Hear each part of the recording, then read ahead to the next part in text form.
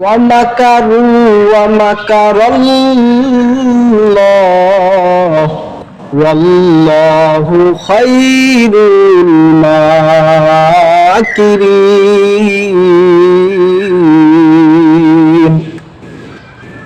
আল্লাহ বলে এর নবীর উম্মতের দল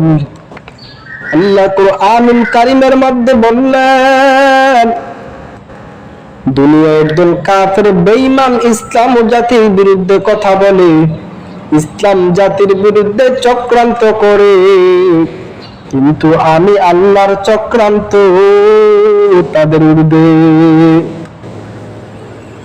এর নবীর উম্মতের দল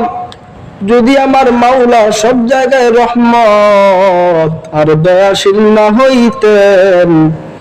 আমার আল্লাহর চক্রান্তটা যদি ভালোই না হইতো, তাদের ঊর্ধ্বেই না হইতো,